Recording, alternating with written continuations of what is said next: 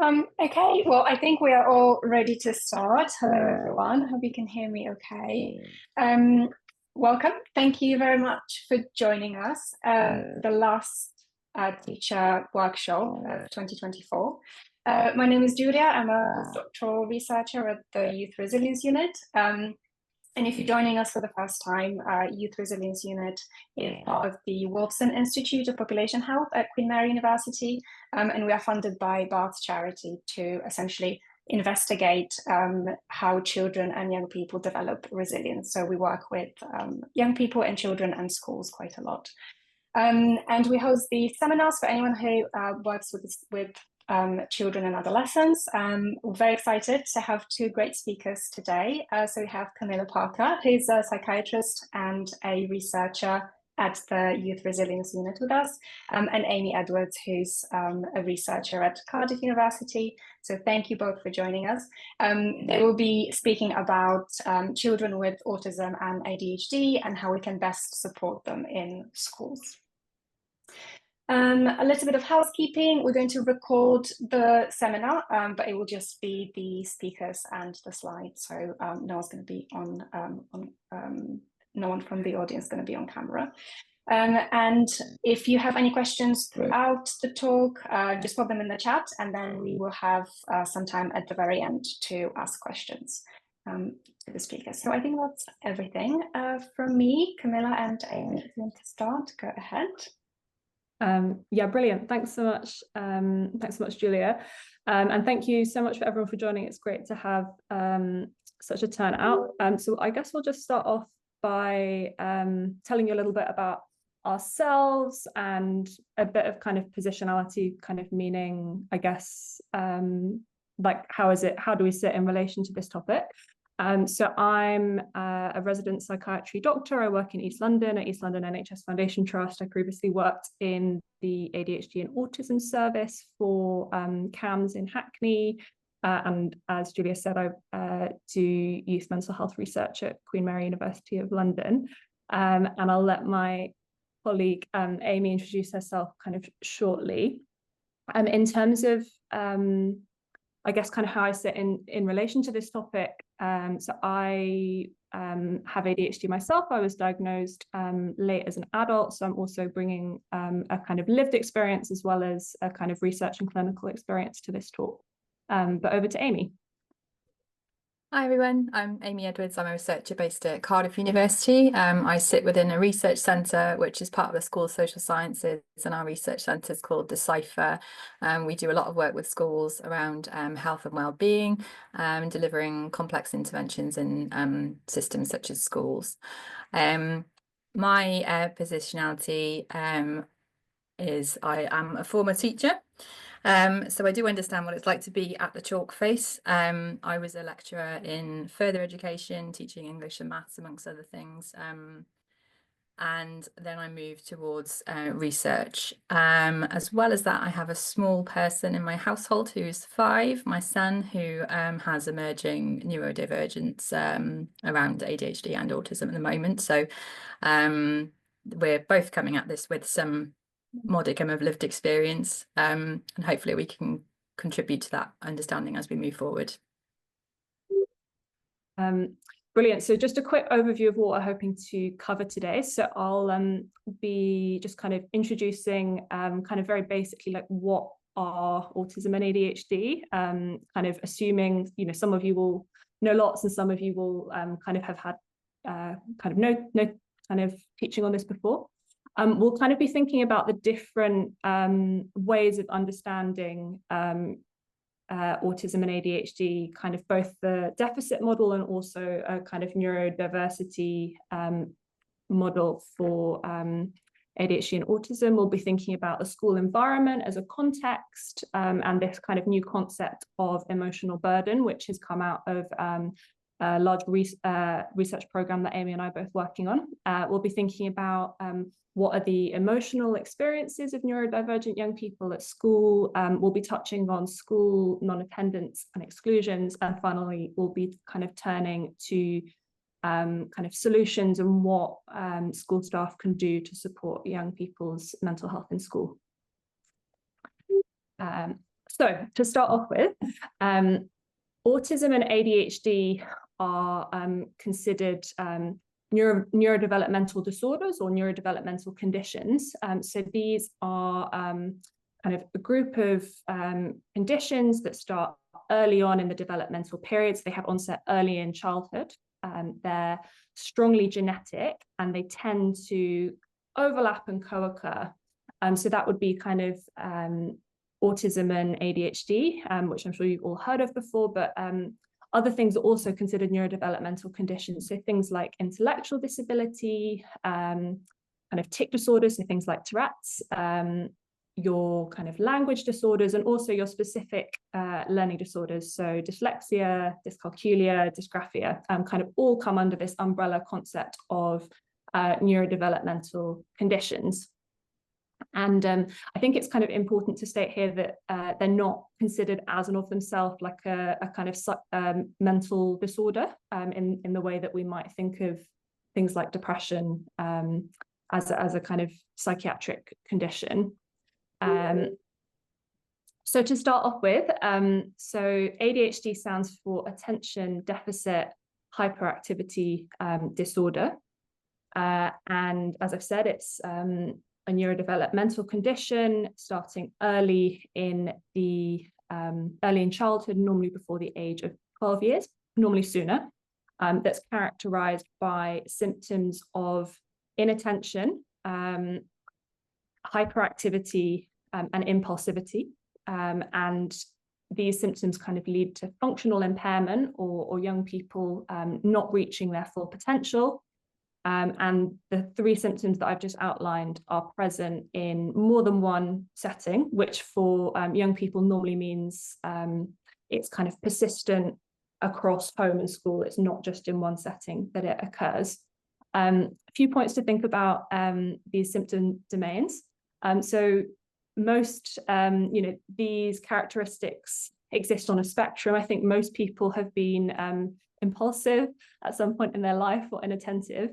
So we're not talking about kind of ever having experienced any of these things. We're talking about, I guess, a degree of severity that's kind of developmentally inappropriate and results in kind of persistent functional impairment or not meeting potential.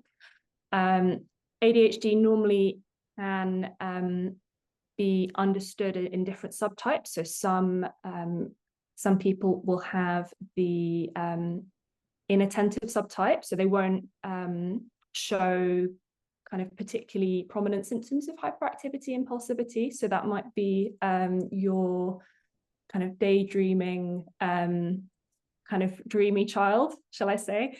And then kind of potentially the stereotype that's maybe more obvious when we think about ADHD might be your hyperactive impulsive type. So and you can also have combined types where you have kind of all three symptoms together. And then thinking about autism spectrum condition. So this is the kind of two core features are kind of persistent difficulties with social communication and social interaction. So that might be, difficulties with kind of speaking to people, not being particularly social, kind of difficulties picking up on other people's social overtures, social cues, etc. And then the second thing is what we call restrictive, repetitive behaviors and interests.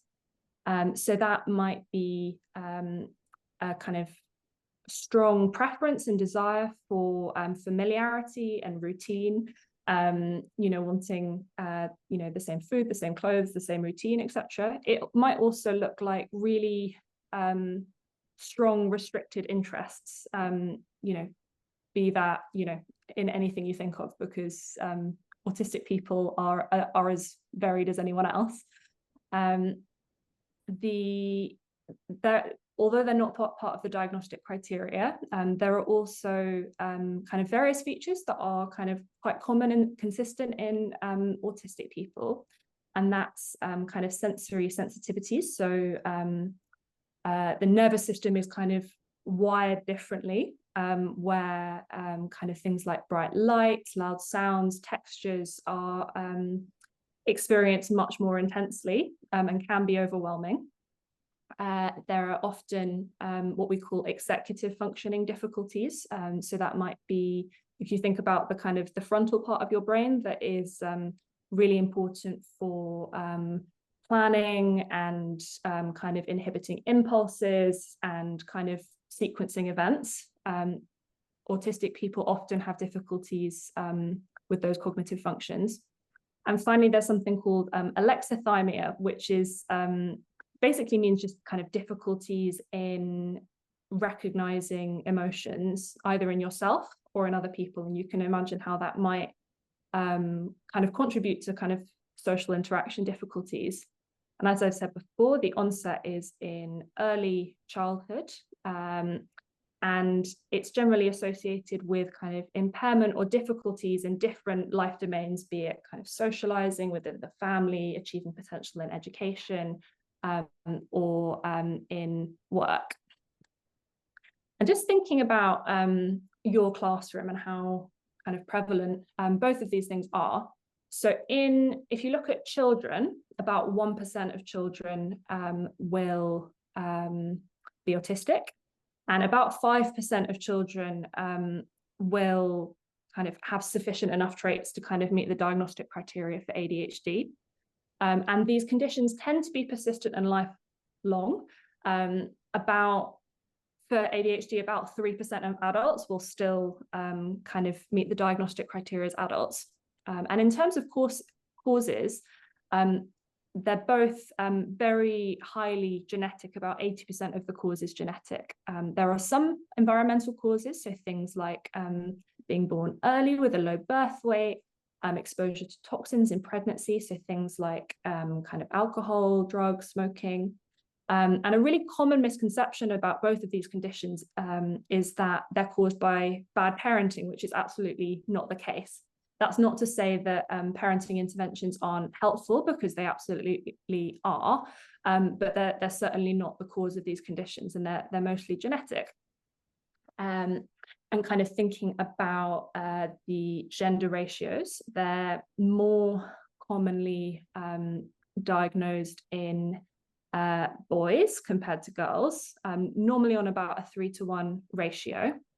But there's emerging evidence that actually, historically, we've been really underdiagnosing girls with both of these conditions, and there's kind of different reasons for that. So if we think about autism, girls tend to be more socially motivated than boys, and are often better at masking, which means kind of consciously or unconsciously hiding autistic traits in order to kind of fit in and be accepted by kind of, I guess, the neurotypical world. And then if we think about ADHD, it's more common for girls to present with inattentive subtype, which often is like less noticeable and less disruptive at home or at school. I think as a child, I definitely came into this category. And then thinking about boys, they're more common to have the hyperactive impulsive types. They're more likely to kind of be picked up because they're causing kind of behavioral difficulties at school, at home, and therefore kind of be referred for a diagnosis. So that's worth bearing in mind. So handing over to Amy. Thanks, Camilla.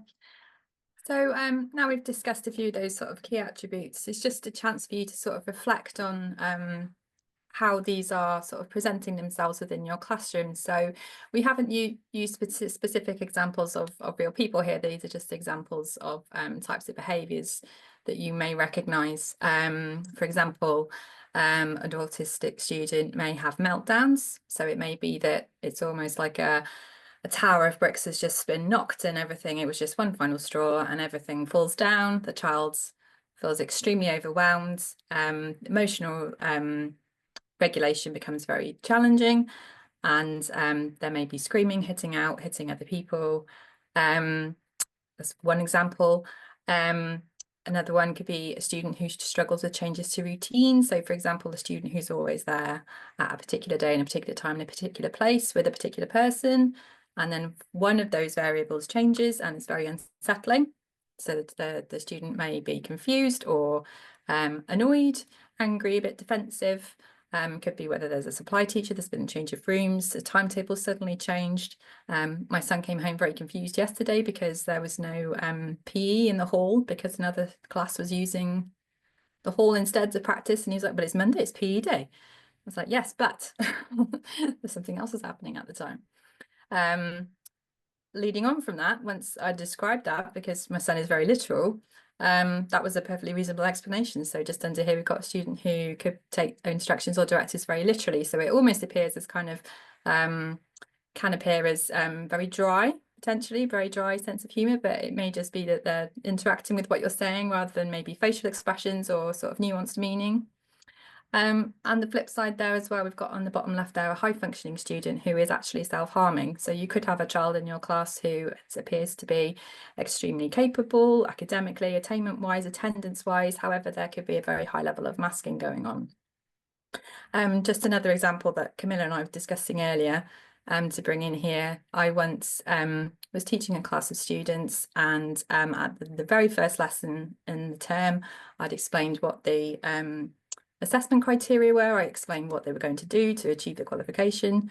It was a generic qualification, so there was no homework, but it was all going to be done in class. Those were the key bits of information that I missed. So one of my students, who was autistic, went home and said, I've got to do all this to get this qualification, and came back in the following week with the work already done and presented it to me, which I felt terrible. So that as a teacher, I thought, I have not done this right, I've missed something here. And there was just key bits of information I hadn't put across, which when I looked at what I'd said very literally, it did make sense. Okay, I think I'm going to pass to Camilla for the next slide. Great. So I'll just be reflecting on what ADHD might look in your classroom, kind of thinking about some of the young people I've worked with, and I guess my own experiences.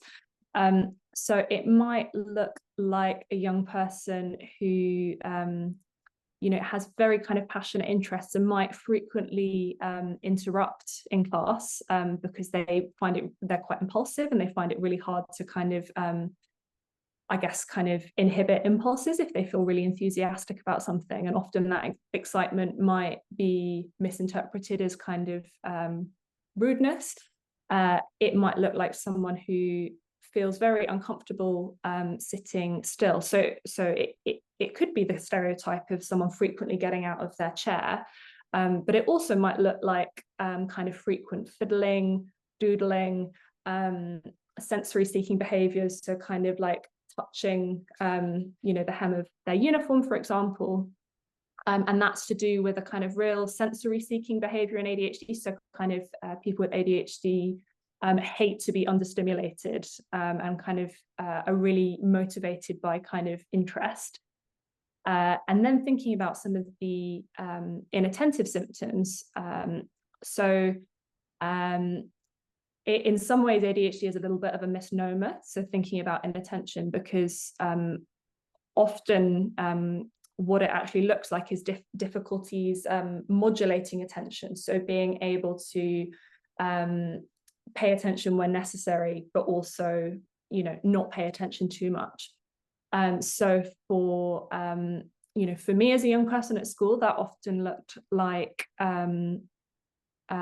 not hearing when my name was spoken. It might look like, if you're really interested in something, completely hyper-focusing on something, but not noticing that the class, has moved on to a new topic, or everyone has left the room.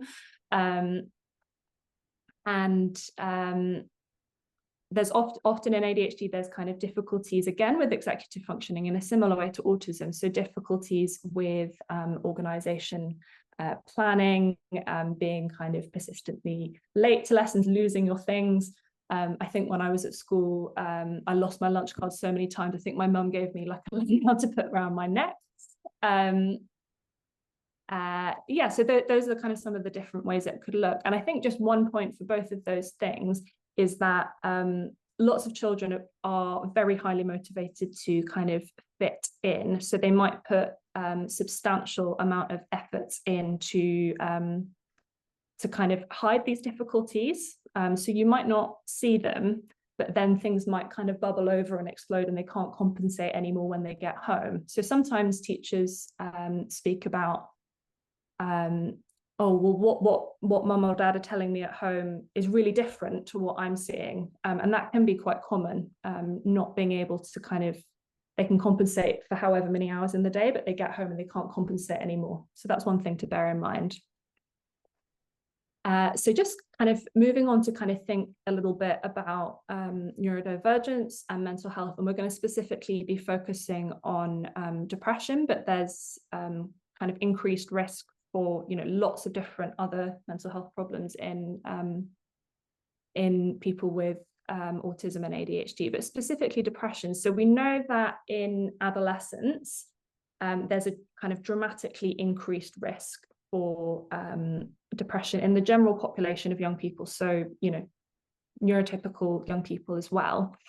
But if you look at young people with autism and ADHD, their risk as they go into adolescence, so starting to go to secondary school, is about 3 to 4 times higher than neurotypical students, to the point that by the time that they reach 18, about 50% of young people with an autism diagnosis will also have a diagnosis of depression. And similarly, about 30 to 50% of young people with ADHD will also experience depression. So it's a really significant issue for neurodivergent young people.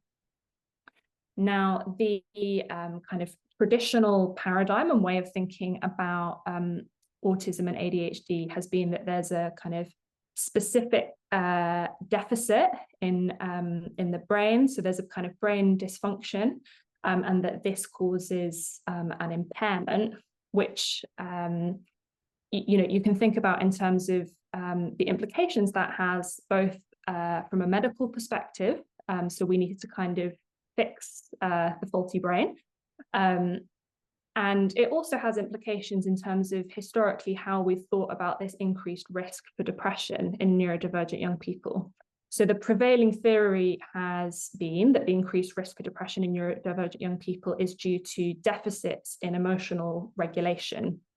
And by emotional regulation, if you think about kind of a daily stressor or a hassle, emotional regulation is your ability to, I guess, recognize your own emotions or other people's emotions, and then to kind of dial down and kind of control those emotions. And it's historically been thought that this is,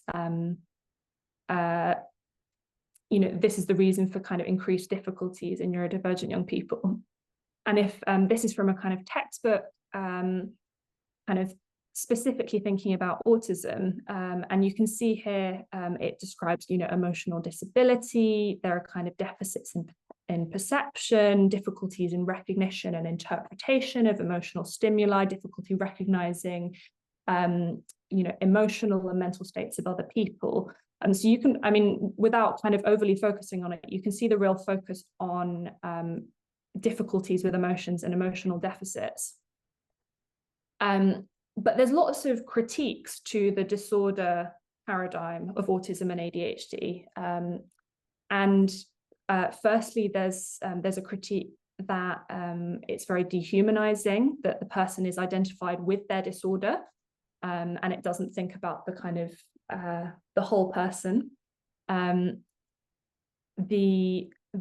The problem is located within the individual, so there's a brain dysfunction or deficit, and that is where the problem lies.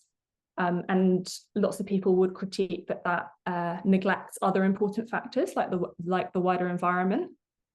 There's a critique that the disorder paradigm is very limiting, so it only focuses on weaknesses and doesn't acknowledge the myriad of strengths that also come with being autistic or having ADHD. And there's also a concern that it's alienating and stigmatizing, kind of delineating people into normal and abnormal, rather than acknowledging the diversity of different types of brains that exist within the population. So we would talk about a diversity of neurotypes. And as I said before, there's a concern that it's stigmatizing. There's a kind of very interesting paper, which I'll kind of share on the next slide, that has, I guess, been a kind of rallying cry to kind of think about autism and ADHD in a new way, which I'm going to call the divergence paradigm. And this is a different way of thinking about both of these conditions, firstly as atypical brains, where there's kind of differences in thinking and being, and that there's a mismatch between the person with an atypical brain and their environment, which is often non-affirmative, and that person-environment mismatch can create kind of difficulties with development. Development can be stifled, and there can be this spiral of decline where people experience frequent negative experiences, feeling rejected, belittled, etc., which can ultimately lead to the development of things like depression. So if we think about this flipped paradigm, on the left in the disorder paradigm, you have the location of the problem is located internally within the young person. But in the divergent paradigm, there's much more of an emphasis on the interaction between the young person and their environment. And the problem is much more widely located, including the environment. Kind of it shifts the focus in terms of thinking about solutions to, you know, how can we create kind of affirmative environments that allow young people to thrive and have a kind of an arc of growth where young people feel accepted, valued, happy, fulfilled, and can reach their full potential. And for those that are interested, this is the paper. Amy, were you doing this slide? I can't remember. Yeah, I think it's me. Yeah, lovely. So this is the project that Camilla and I are working on with colleagues from a range of institutions listed there. So you've got King's College, the Royal Central School of Speech and Drama, colleagues from Anna Freud's, Queen's, obviously, UCL. Sorry, is that UCL Live? Yes, it is. Yeah. Cardiff, of course. Shamai. It's a 4-year collaborating research programme, and it's pioneered by Edmund Sonyaga at King's College London. And the goal of this is to reduce the risk of adolescent depression in neurodivergent young people. And the initial focus was on targeting deficits in emotional regulation, as Camilla's just described, working. And we've also got a lot of neurodivergent young people as co-researchers. So we've got, I think, 3 separate groups of co-researchers who work with us, all of whom have lived experience of neurodivergence. And the focus has shifted towards school environment, and they've helped us to develop a new concept called emotional burden, which I think... Am I doing this one as well, Camilla? Yeah. So, okay. So we understand the concept of what emotional burden probably involves. We're looking at it particularly within the school context. We know that schools can be a place of learning and belonging and identity development, but also that they are very challenging places. There are upsetting experiences that can happen there, and these are particularly felt more clearly for well, not more clearly, but they are felt more for students who are neurodivergent. So we've got a lovely quote here, which is from some research from one of our colleagues, Georgia, who has put here, I think that there's pupils were asked to create images of how they were feeling and how they were feeling in schools, and a student here has done a series of bricks. The bricks represent when you get worn down and chipped because life has got in the way. How you don't recover fully, you stay chipped with the experiences, like how I feel when I'm low. And I just wanted to take this opportunity to give you a moment as well as teachers to reflect on what may have caused you emotional burden today during your day as a teacher. If you are willing to share, you're more than welcome to put it in the chat. It may explode. We could be opening a Pandora's box here. It may have been one thing, it may have been one particular situation that caused you emotional burden, something that is a commonly upsetting experience that just felt very heavy today, that had a weight upon you. You may want to contribute if you have any examples. Nice. So maybe we can return to those in the chat later. Yeah, we will. Thanks. yeah, so I'll be sharing a little bit about some of the work that have been done on our colleagues in Restart, who have developed a way of kind of measuring this concept of emotional burdens. What they've done is they've developed a questionnaire for young people in schools. So kind of thinking about common upsetting experiences that happen in school, that happen to everyone. And they gave this kind of questionnaire to hundreds and hundreds of young people in school, both neurotypical, those with autism, ADHD, and both. And students had to kind of rate for each statement how frequently this upsetting experience occurred at school. And also, when it did occur, how intensely it affected them. So the kind of the level of upsettingness of the experience. And what this research has shown, so the kind of questionnaire is called the My Emotions in School Index, or the MESI, is that those with autism and ADHD experience significantly higher levels of emotional burden than neurotypical students. So that is that they experience upsetting events at school more frequently. So that might be things like experiencing bullying, or being told off for forgetting their homework or for being late. So that they have these experiences much more frequently than neurotypical students.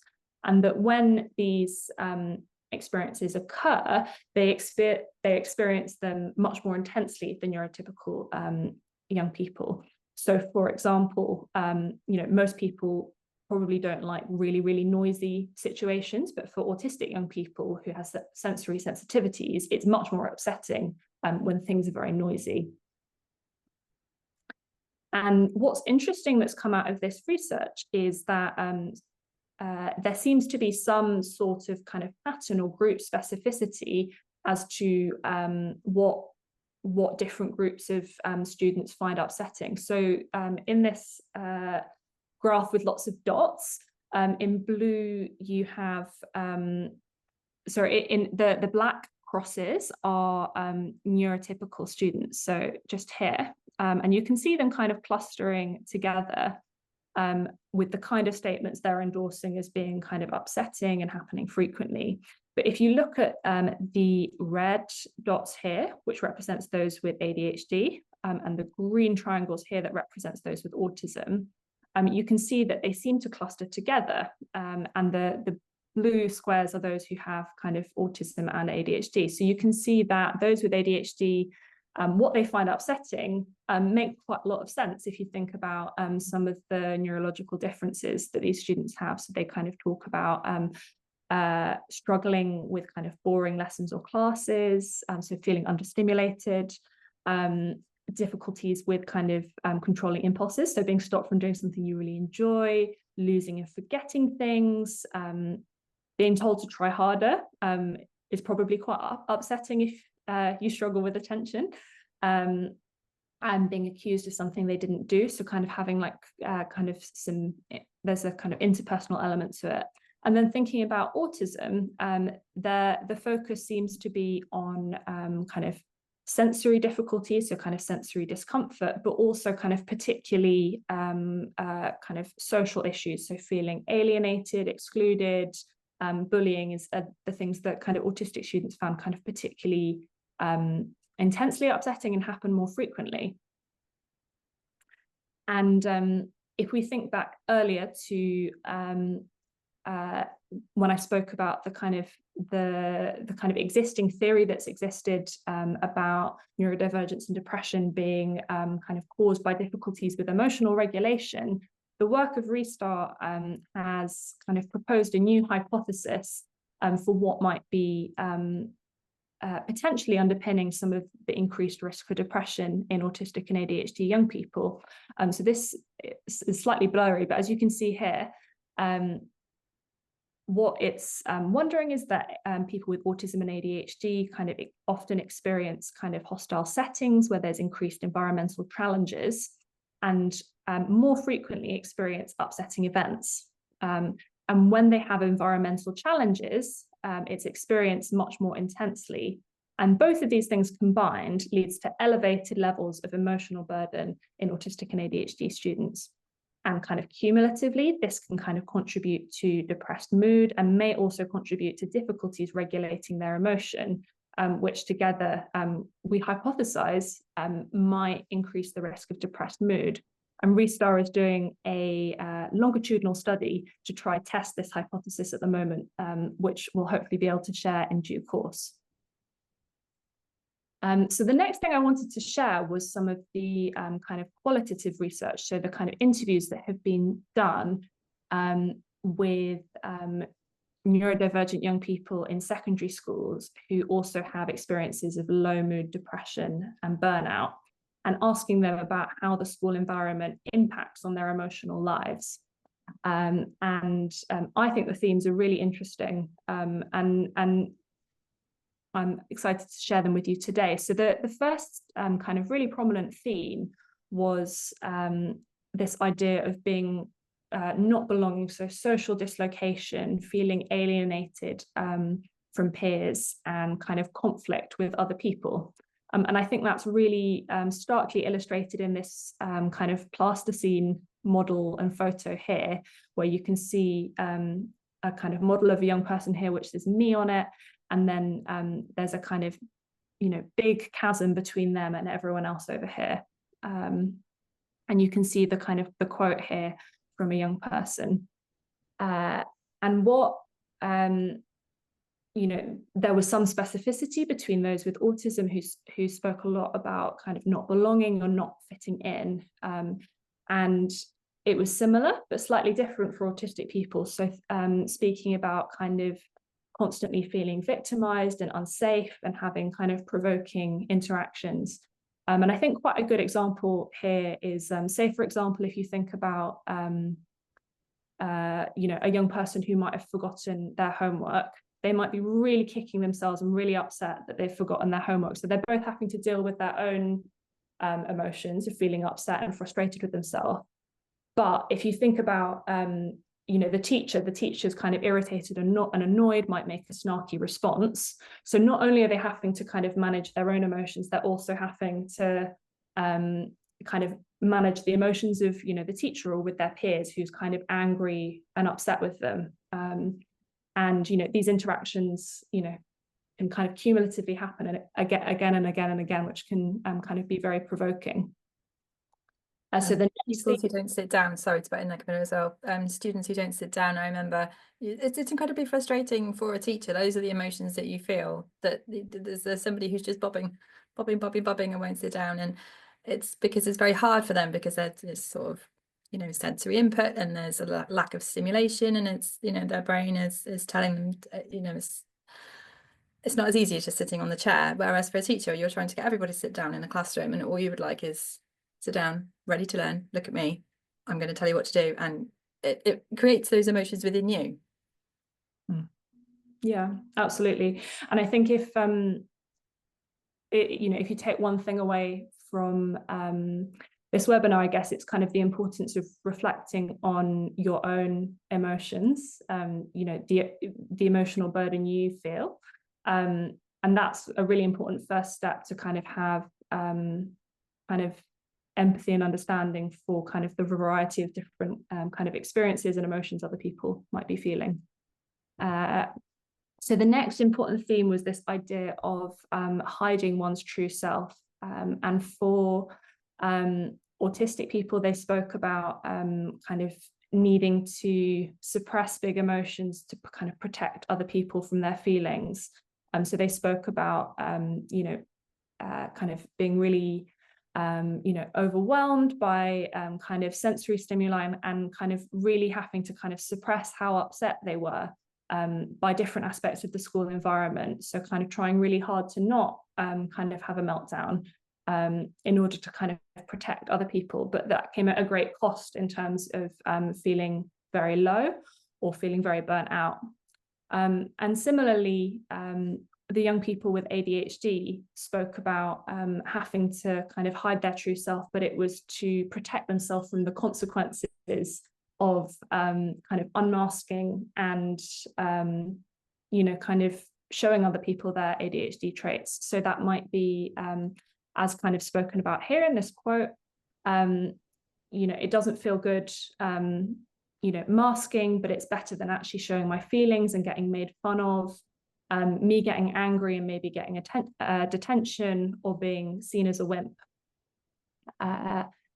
And thinking about the kind of the third theme. So, you know, both of those two themes, you know, earlier two themes kind of resulted in, you know, often really negative emotions in terms of the young people. So if you think about kind of how important school is as a context for developing a positive sense of identity and self-esteem, all of these interactions kind of resulted in kind of lots of self-doubt, loathing, and feelings of embarrassment that really affected young people's sense of themselves and their mental health. So autistic young people spoke about kind of struggling to have to kind of put up with neurotypical standards, kind of feeling like they were always failing, and as a result having low self-esteem. And similarly, young people with ADHD kind of spoke about, again, trying really, really, really hard to fit in and kind of to kind of tone down their ADHD traits, but constantly failing and being trapped in kind of repeated cycles of negative experiences. You know, you can see in this kind of quote here, I think it kind of says it all, like this little person in the middle kind of surrounded by hundreds of eyes. So feeling like, you know, they're so scared of kind of messing up. And then finally, the fourth theme that came out of the interviews was this, was about kind of stimulation levels in school and sensory mismatch. So the autistic young people spoke about feeling really overwhelmed and overstimulated. And so there was kind of too much noise, too much light, too many things going on, too many changes in, you know, different places, different teachers, so many different social interactions, and they felt really overwhelmed as a result. Whereas the young people with ADHD spoke about feeling really understimulated, so not being, you know, finding it really hard when they found a lesson boring, and like they couldn't, you know, they just switch off, but then, you know, they'd then get into trouble for switching off. Anything to chip in here, Amy? Yeah, I'm just thinking of a million examples I could give, which, yeah, as teachers, you've probably all seen them before. I think it's just reiterating that and when we think of understimulation, we're not saying that they're not being challenged enough. It's not that element of understimulation. It's just that there are many different ways in which brain can be stimulated, and for them it could be a sensory input that's missing. So the adjustments around that, which we'll come to in a bit, may be around managing the two combined.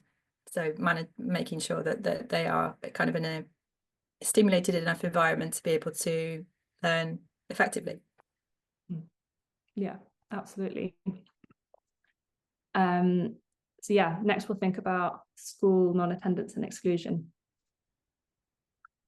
Yeah, so part of the work package 6, which is the final 6 of 6 parts that the Restart is combined of, we have done what's called a scoping review. So myself and a colleague, Professor Graham Moore in Cardiff University, have been looking at a large piece of scoping review. So it's just what it's doing is looking at all the current literature available on a particular subject. And what we've done is specifically look at exclusion and inclusion and non-attendance practices specifically for young people with an ADHD or autism diagnosis in schools. And these have come from across the world, all different types of literature sources. And some of the key findings sort of listed here as well. We're finding that there are interventions have mixed response. So if it's to do with trying to get children to attend who aren't attending, or trying to reduce exclusions, these aren't things that are necessarily very easily solved, and that there are a lot of different complexities within the school systems themselves and within the experiences of the children and young people. A lot of the findings were around the experiences of families, so how families have to adapt to having children who are either persistently excluded or are permanently excluded from school. We can see some of the figures here around autistic and ADHD students have twice the rate of school non-attendance compared to neurotypical young people. And I'm sure if you are thinking about your school population, those children who may be having internally excluded and then being kind of, taken out of class and put into different areas of school to learn, there may be some links that you can draw there around any diagnoses they may have as well. We've also got the persistently absent, so you can see there that figure 30% of autistic pupils are persistently absent, bearing in mind that's the COVID year, so the data there may be slightly different. And we also know that this is associated with poor academic attainment, mental health, impaired social relationships, and the risks further on in life. Some of the studies that we looked at were from the perspectives of adults looking back on their time being in school. A lot of the accounts were from first person sort of experiences of having been excluded. Also, an interesting point to observe was that there was a kind of real revolving cycle around how an exclusion could then lead to a child not feeling wanted by school and then deciding to be a non-attender and then getting into trouble because they were non-attenders and then being permanently excluded. So it was almost like these things moved around. So the scoping review is really sort of drawing on that literature base and trying to inform what we do when we move forward to develop some form of intervention, which was the outcome of Restart. Thank you. So yeah, I just wanted to share about a new bit of research that I'm developing as part of the Restart program, which I wanted to invite you all to be part of if you would like. So I'm going to be conducting a study exploring different perspectives on school emotional burden in autistic and ADHD young people who experience school attendance problems, and looking at it from kind of lots of different perspectives in a qualitative study. So we'll be speaking to young people, parents and carers, health professionals working in CAMHS, but also we're going to be speaking to school staff doing focus groups. So if you would like to take part in these kind of paid focus groups that will happen kind of later in 2025, and they'll be aimed at school staff who are employed in UK mainstream secondary schools who have pastoral responsibility for autistic or ADHD young people who have difficulties attending and not regularly attending or are excluded. And you can fill out the expression of interest form here if you'd like to be contacted about that. And all participants will be given a £50 voucher as a thank you. So now we'll be thinking about solutions. Yes, I'm just mindful of time, so I will try and whiz through this as quickly as I can. So obviously we've covered an awful lot here so far. We've discussed these ideas that obviously we all understand that school can be a place of learning, belonging and identity development. It's incredibly important to young people. But we also understand that it can be a challenging place environmentally that can contribute to emotional burden. And we also know that that will impact then on well-being, attainment and attendance. This is, do you want me to talk to this, Camilla, or would you like? I can say a little bit about this. So one of the studies that was done in Restart was asking young people to think about their perfect school and their perfect teacher, kind of using kind of theatre practices. And I think we can learn a lot about what young people find challenging about school, but also, what they really want to see in school from these illustrations, if you want to speak about them. Yeah, I think they're wonderful. These is just a really interesting way of, it's really, we get this thrown around schools an awful lot. You must include pupil voice, you must include pupil voice, you must use the voice of young people. This is something that really, really shows. It's not necessarily like a tokenistic effort. It's not asking the school council, can you look at this and then tell us what you think? This is really working with young people to really kind of feed into something that's incredibly creative. It also, it really shows exactly what they're thinking from their wildest dreams. You've got a petting zoo here at the top left for the perfect school. We've also got some really sort of more subtle changes to a perfect school. And these have kind of been co-developed, co-created with our wonderful research team. The Rage Room, yes. The Rage Room is wonderful. And this is the students' idea of a perfect teacher. Again, a really interesting example of how student voice can be integrated into activities. So I've got a list here of do's and don'ts. We've got some kind of, you know, showing at the bottom there, this sort of push and pull of activity. I like these slides because there's real movement to them.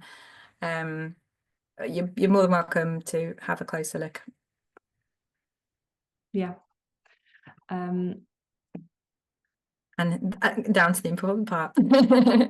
So the illustrations that you've just seen on the previous slides are feeding into lots of different ideas around sort of, you know, how we can help schools to reduce emotional burden. And there's some kind of active ingredients here that you could consider that can prevent and reduce emotional burden in school.